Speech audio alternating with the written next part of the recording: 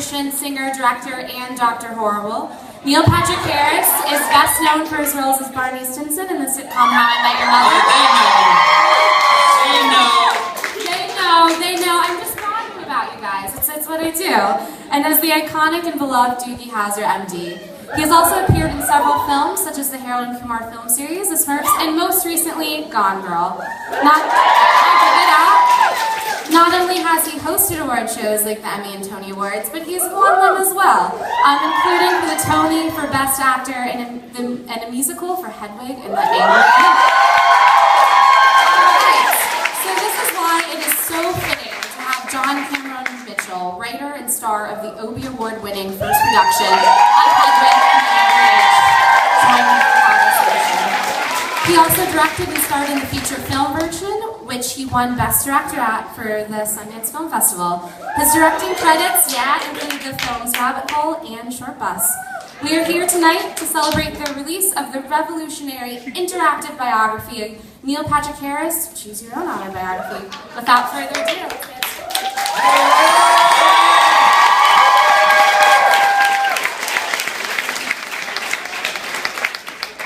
This is fucking hilarious. Oh, is this being taped? Sorry. This book is so good. I mean, these autobiographies are so boring usually. No one ever really talks about when they're embarrassed or when they're, unless... You look so educational with the glasses. Well, you know, I'm much older than you. Crossed just so... You're very James, professorial. James Lipton. You're very James Lipton. And then came, oh my God, just the funny part. I have to read this out loud. Those are the pictures. There's so many people made you gay in this. I know. So many people are Good credited. times. Burt Reynolds. Burt Reynolds, sure. Kissed him on the mouth during... Mustache, hello.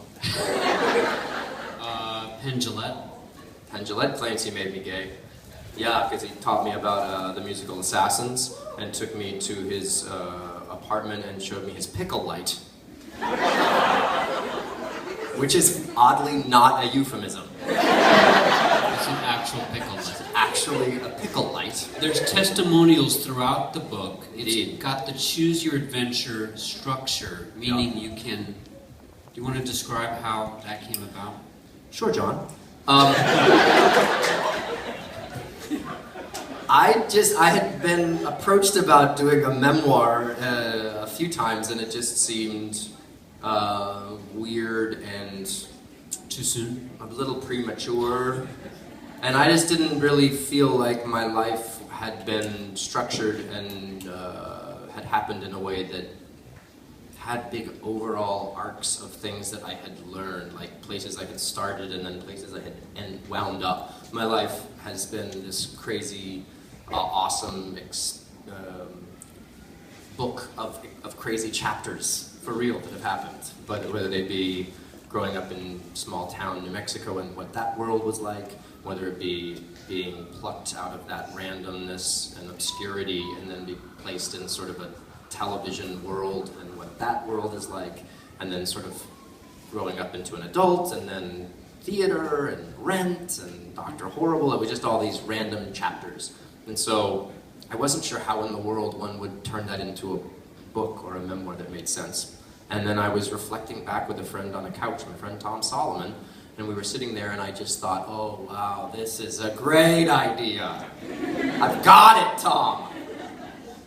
And I told him, I said, choose your own adventure. Remember the choose your own adventure books where you could say on page 11 if you want to go, you know, to the backyard and investigate the howling dog sound, you'd go to page 41, and instead if you wanted to, you know, call your best friend and have her look instead, you'd go to page 84. And then if you went back, you were mauled and mutilated by the dog, and it said the end, and you had to go back to where you were. And I thought, oh, that made perfect sense for a book for me, because it was just random little chapters. And then it opened it up in the book. There's lots of things that are totally fictitious, that are like hyper fictional, like Choose Your Own Adventure books. But then I also, in creating it, figured we would have a major road, and then we'd have little offshoots. So if you were bored with a whole type of storytelling, you could just hop to a different one. It's the internet. It's Choose Your Own Adventure was the internet before the internet. And what's great about this is that you're actually making it into a creative act, not just telling your story, and it's hilarious. I mean, here, for example, he did 13 television movies, few of which you were proud of. Between 1988 and 2001. I think I met you around 94, 95.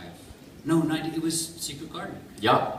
He came to see, he really would, he was the only actor who really grew up in LA, wanted to be in New York more than anyone I'd ever met before. And he came to the Secret Garden that I was doing in 1991 on Broadway.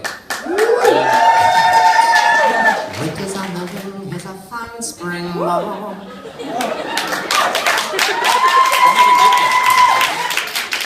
I did in my car a lot. I got a lot of 13-year-old girls. So did I. I meant at the stage door. That changed after headbanging.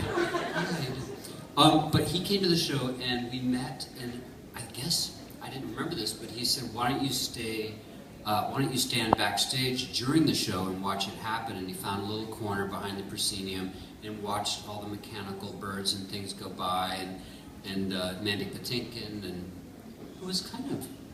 He was oddly like a mechanical bird. He was a mechanical. He was bird-like. He could sing really high. It was really one of those random, unique, pivotal moments in my life, because my path went from small town New Mexico to acting in a movie with Whoopi Goldberg, to then going back to New Mexico, and then all of a sudden going to Los Angeles and filming a television series. So the theater, what I listened to was like Into the Woods on CD. And I had the libretto booklet, and I could rap that witch rap. And I loved it, and I would look at the pictures, and I got the Phantom of the Opera, big Phantom of the Opera book that showed the photos, and back then they didn't show what was underneath the mask. That was a big deal. And I loved theater, but I had no access to it at all. So one of the benefits of having played Doogie Howser and done 47 television films was that I had enough income to be able to go once a year, maybe twice a year, and see 11 shows in 8 days. And I would plan it. I'd get the New York Times, and I would see which show had a 7 o'clock and which show had a 3 o'clock, and I would just block it all out, and I would see all these shows. And I saw Secret Garden, and I loved it, and I went backstage, because I was on this TV show, so I thought I could do that. And you were so nice. I went to a matinee of the show, and you were lovely, and I introduced myself to you, and you were so friendly, and you said, "Do you want to come to lunch? Where the whole cast is going to lunch." So you took me to lunch. We all sat with Rebecca Luker and who else was it? Robert Westenberg, maybe. Bob Westenberg, and who played the dad back then? It was not Manny Patinkin. He was the Phantom for forever. Howard McGillen. Yeah. It was fantastic. What a great voice he had. And I sat there and watched you all eat pasta and was just blown away. And then I was kind of like lingering. It's nice to meet you guys. See you later. Where'd it go? I'll be over here.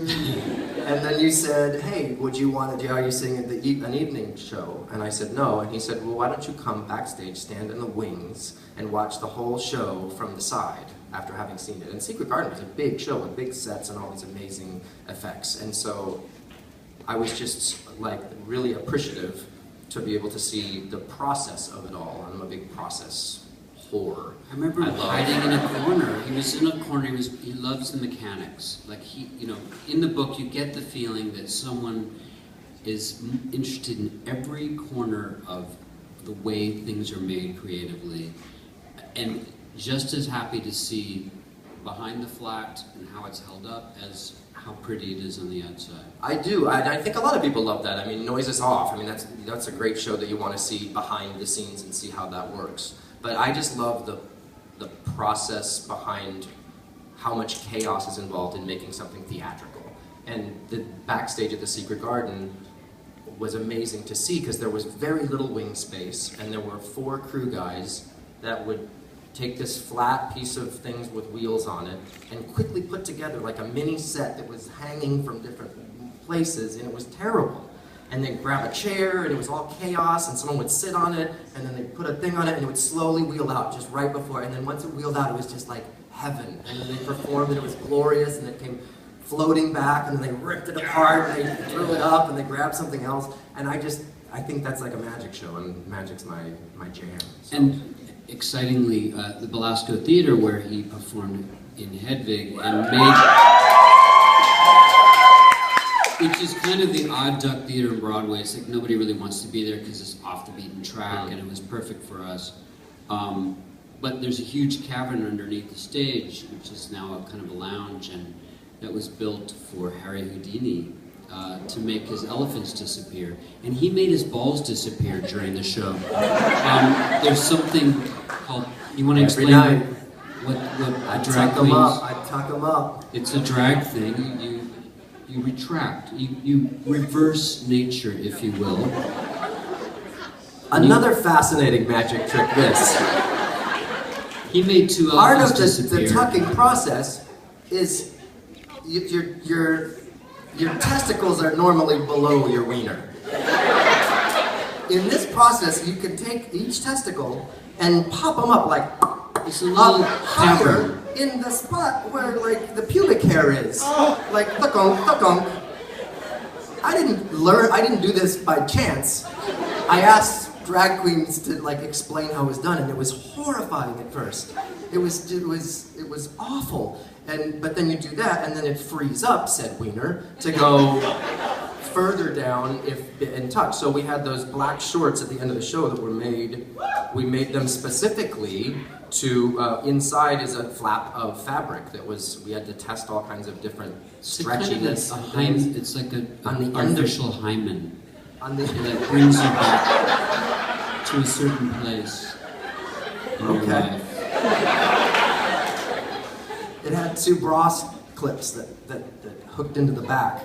So yeah, before each show, you'd tuck it, you'd pop them, and you'd tuck it, and you'd slam it, and you'd tie it up, and then you'd go out and do the show. But And you kinda get a had to Tony. You get a Tony.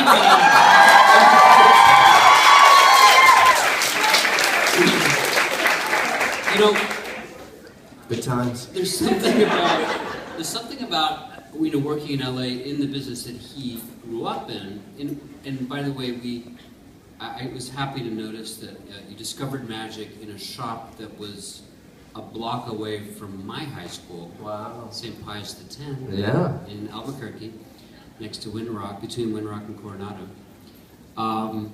But usually, LA tends to kind of lower the bar in terms of your acting challenges. There's lots of money there and lots of glitter, but the work, apart from some wonderful films, in television, until the last 15 years, I found it less challenging as an actor. And, these television, movies are actually mixed with fake television movies, and that's choose your own fake television movie. Yeah, you have to decide which ones are real and which This ones one are I fake. enjoy, starring Tracy Lords and Raymond Burr. Mm-hmm. When a mysterious bacteria renders... You have to say what the title was. It's on the page before. It's called This Is One of the Fake Ones.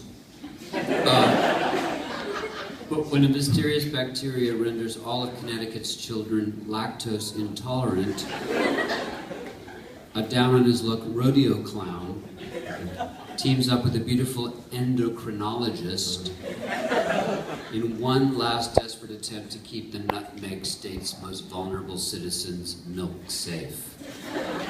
This is the kind of work he's doing. But what surprised me is that someone reared on that didn't lose their mojo and constantly tried to challenge himself, and you'd get bored, right? I mean, Yeah, I'm easily bored. you bored I right don't now? like. I'm not. I love it. I like to figure things out and try and master it as quickly as I can. Not master it, but like wrap my brain around it as quickly as I can, and then look for something else And then exciting move to on. do. And that was when I was a younger kid. I wasn't a football guy. Shocker. I was in the band. Well, I started back then in Ruidoso when you were in maybe the 3rd grade. The people, like 4 people would come over. It was kind of a racket, I think. And they would go in the gymnasium and all the kids would come and they'd have laid out all of the different instruments and the kids would go around and just see which ones they gravitated towards. And then they'd say, I want that one, and then the parents would have to pay for it. And that's how you got into band. And I chose the xylophone. So I'm wicked good on the bells. You still? Yeah, I can play the xylophone, the marimba. But once I got a little bit older in marching band, the xylophone, not as fun. Because you just kind of stand in one place and you have to roll this big thing around or carry it like, and so I switched to the French horn, so I played the French horn for a while. But then because I hadn't really stuck to one instrument, I became the goat. And because I liked taking on weird little challenges, I became the guy that would play an instrument if that part was needed. So I learned the oboe, the bassoon, the tuba, the piccolo for a hot second. So I was sort of that guy, the jack of all trades and the master of none. Where do you think that came from, though? I mean, it's like, obviously mastering things is one thing. I know when I was a kid, I was like kind of a scared kid, so I would learn new things to not be scared of them. You know, they were new things. I don't know, you know, do you know what motivates that for you? I mean, you know, the kind of like, the new thing. It can't just be not bored, because you obviously have great interest in them. I don't know, I was the younger brother, so my brother got to experience kind of that stuff. He was a big Dungeons and Dragons guy, so I witnessed him and them all being enthusiastic about mazes and traps and how you can use the archer's weapon to set off the trap before you step on it. You know, like I think I got interested in that thought process, so taking on an instrument felt like something to figure out quickly, as opposed to just a thing. And he was, you were talking about him, was like your hero, you really looked up to him. Did he I know how to do a lot of stuff that you wanted No, to? he was broody, dark, and wore trench coats. He was the say-anything guy, you know? He didn't want to figure stuff out. He was the rebel. But he was. I say in the book, he said for like most of his childhood life that he was an alien prince that was in the wrong family. So it would explain all of his. So he's really stuff. cool. And I got to witness. He was cool, but he was an outcast. He was like the D&D guy, so he wasn't like the hip football player, and he wasn't in the band, and he was just kind of like Did you get the the broody girls? dude. Did you get girls? Did Yeah, they he had like him? girlfriends for sure. Yeah. They all did. I would marvel at them at their prowess. I was a little kid for a long time. I was the one on my tiptoes all the time, you know? I didn't start puberty till late. And that's, I think, part of the reason Stephen Bochco thought I was a great choice for Doogie Howser, because I was 15 turning 16, but on the first couple seasons of that show, I looked like I was 11. You were still. And so that one made the juxtaposition of kid who can say big words quickly and act adult, but look like a little kid. So once I turned 17, 18, I really then started growing hair like a man. on my private parts. Well, what's, I mean, Needing you to seem talk. like the bravest person I know, and, you know, Hedwig is designed to be the hardest part ever done, right? It was the hardest thing I've ever done. It's really hard. And sometimes it can be a career ender. It ended mine. I quit acting after that. But I wanted to you know. go back and act. I did a little guest star. You were on a show It called was- Girls. It was just six scenes. But that was because Lena Dunham is very persuasive. But what's, She does talk about her vagina a lot, doesn't she? Sorry, I digress. what scares you? Like, for real, what scares you, and do you want to conquer those fears? Like, what would be the thing that would be the most horrifying thing that you would, you know, be faced with? I mean, other than the obvious, you know, great loss and things in your life, but like in terms of challenges and things that. That's a good question. I'm really not good at karaoke. I'm not good at acceptance speechy kind of pressure. A couple times I've been given an award for something, and the feeling of having to go up and say profound things, well-worded things that might be repeated, make me really uncomfortable.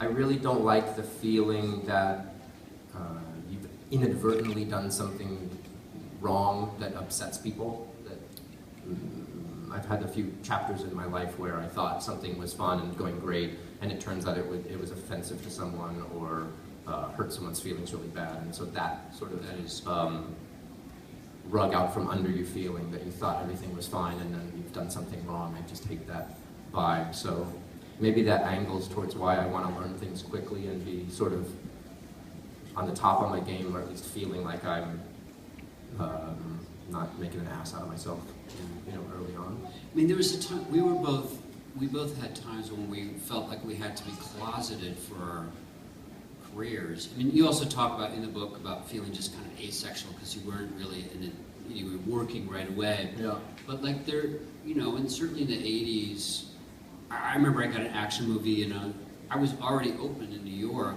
and then I was to this action movie, I moved to LA, and I was like, well, I guess I gotta go in the closet now. And it was kind of just a thing that you did. The way Jews would have to change their names in the 50s. It's like, if I want to work. Hilarious. Yeah. I mean, that's the old Mel Brooks joke, it's like he went to the Brooks Club in London, met Lord Brooks and said, what was your name before Brooks? It's a Jewish joke. Are there any Jews here, for God's sake? Thank you. But, there was that weird thing. It was like you felt like you had to, in the same... I didn't feel that way. When you say that, I'm very appreciative of the, not generation, but of the people like literally right before my whole coming out process. It just didn't feel that way. There was certainly a long period of time when I was acting that I felt like if that was exposed, what would it mean? But I don't feel like that's unique to me as an actor. I feel like anyone who's gay but hasn't told people yet feels the same way of like, oh my God, if I reveal that to anyone, then this would happen, the worst things would happen, right? But I think that's kind of the universal feeling. But I had witnessed Ellen, and I had witnessed Sir Ian, and I had witnessed, people that, Rupert Everett, who had come out, and it was inspiring. So it never felt like I was required to be in the closet. I was actually in a lovely time when the media was respectful and didn't ask personal questions, and we didn't live in such a social media savvy world where information can bounce so quickly around, so you were granted an element of anonymity if you chose it, because people didn't feel like it was their purpose to talk about it. And then that shifted, and when that shifted, sort of the writing was on the table. But I didn't really feel like I had this dirty, dark secret that I was hiding. I was just figuring, frankly, that I probably wasn't famous enough to be talked about in that expose-ish kind of way. And I wasn't taking on roles that would, I thought, make people gasp at the fact that I was a boy lover. Well, it's interesting, Perez Hilton, who put some pressure on you. That sounded creepy. That sounded wrong. I was a boy when I was a boy. So, it's two boys. It's dark very quickly. Perez Hilton, who kind of put some pressure on you and sort of, helped that door open in a kind of not, friendly way, writes something in the book to talk about, it's kind of, Yeah, Perez Hilton was like that was that time when the internet was changing, and his site was really a go-to site to see pictures of, celebrities wearing bad bathing suits and pictures of Zac Efron with, cum dribbles on his chin, and I don't remember that one. pictures of children, like kids of celebrities, and like, aren't they ugly? Like that was his site for a while. You know, and you went and watched it, and oh my god, I can't believe he just said that. And one of his MOs, yeah, was outing people or finding people, not even outing people, but finding people that he was obsessed with and was obsessed with having them be gay. And some of them weren't, like Zac Efron. He was obsessed with Zac Efron being his boyfriend and talked about it all the time for years. And was so mean to Vanessa Hudgens, like all the time. And then some people were, and he was just sort of badgering them, pestering them to do it. And so I did not want his, his gaze to sort of head my way, pardon the pun. And then it did in random circumstances, and it just sort of became the inevitability that I figured was happening eventually. It was the eventuality happened then. But since then, he has had a big change of heart. Has radically changed his website, has become a father, is a super nice, positive guy, and through that is very kind, and wrote a lovely essay in the book in sort of a mea culpa-ish way about that whole experience from his point of view. So that was cool that he agreed to be a part of it. We have a couple questions from the audience. Oh boy! Oh. Is butter a carb?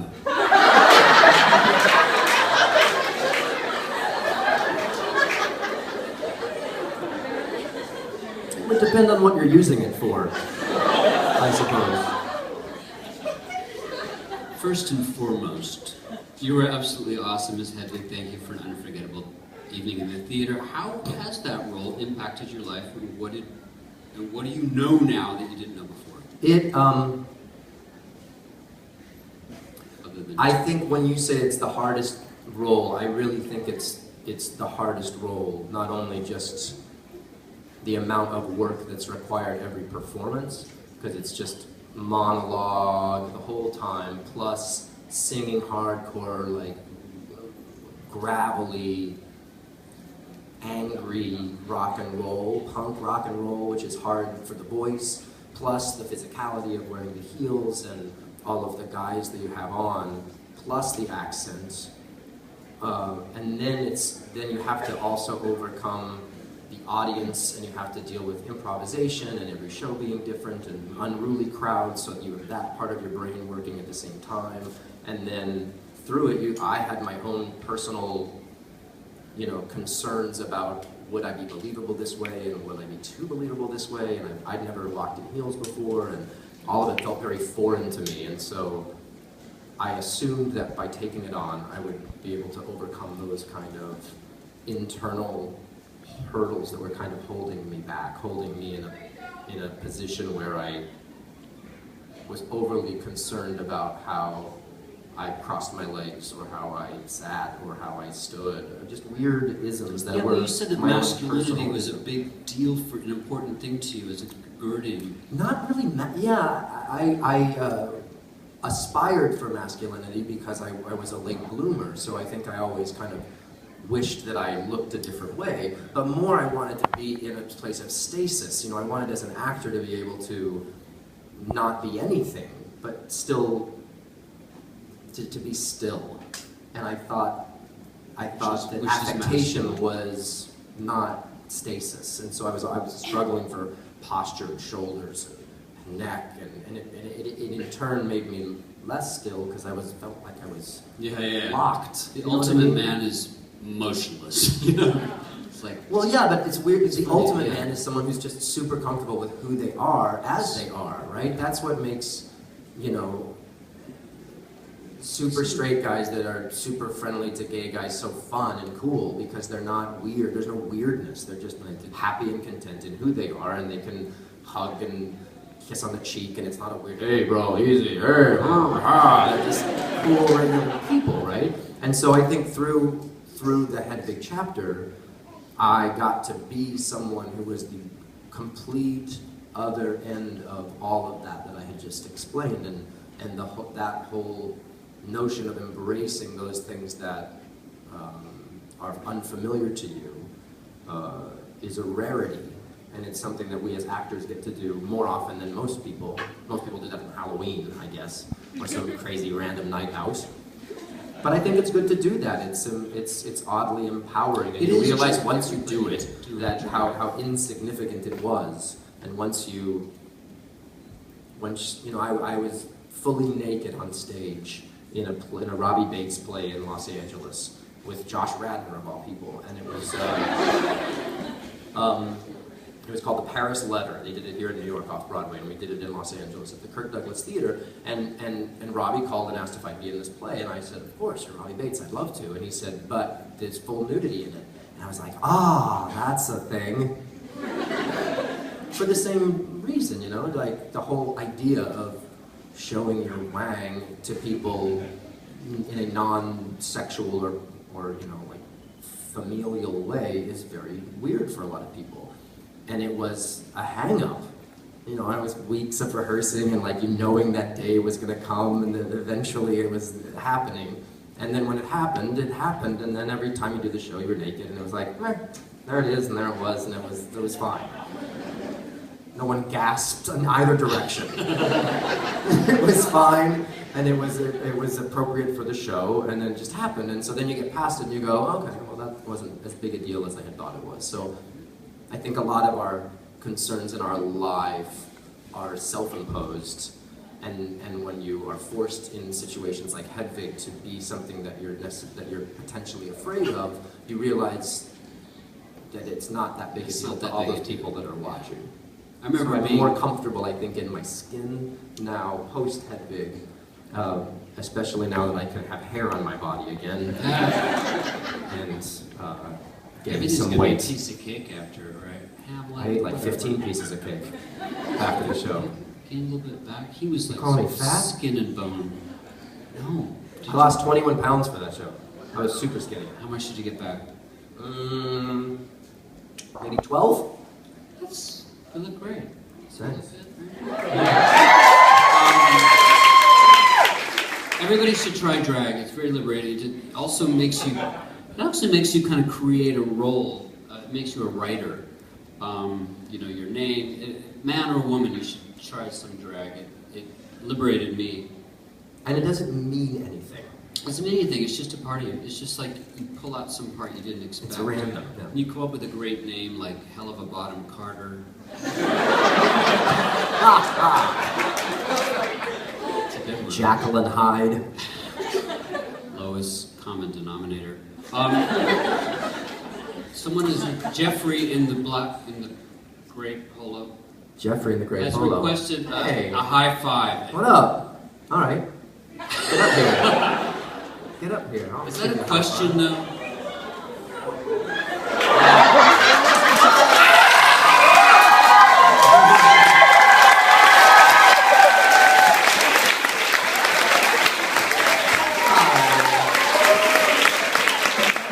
Tell your friends about this book, Choose Your Own Autobiography, co-written or helped by David Javerbaum. DJ Javerbaum wrote the Not Just for Gays Anymore lyrics for the Tonys and won an Emmy for that. He's won 10 Emmys, I believe, for writing on The Daily Show. He took my inconsequential stories and made them much, much funnier.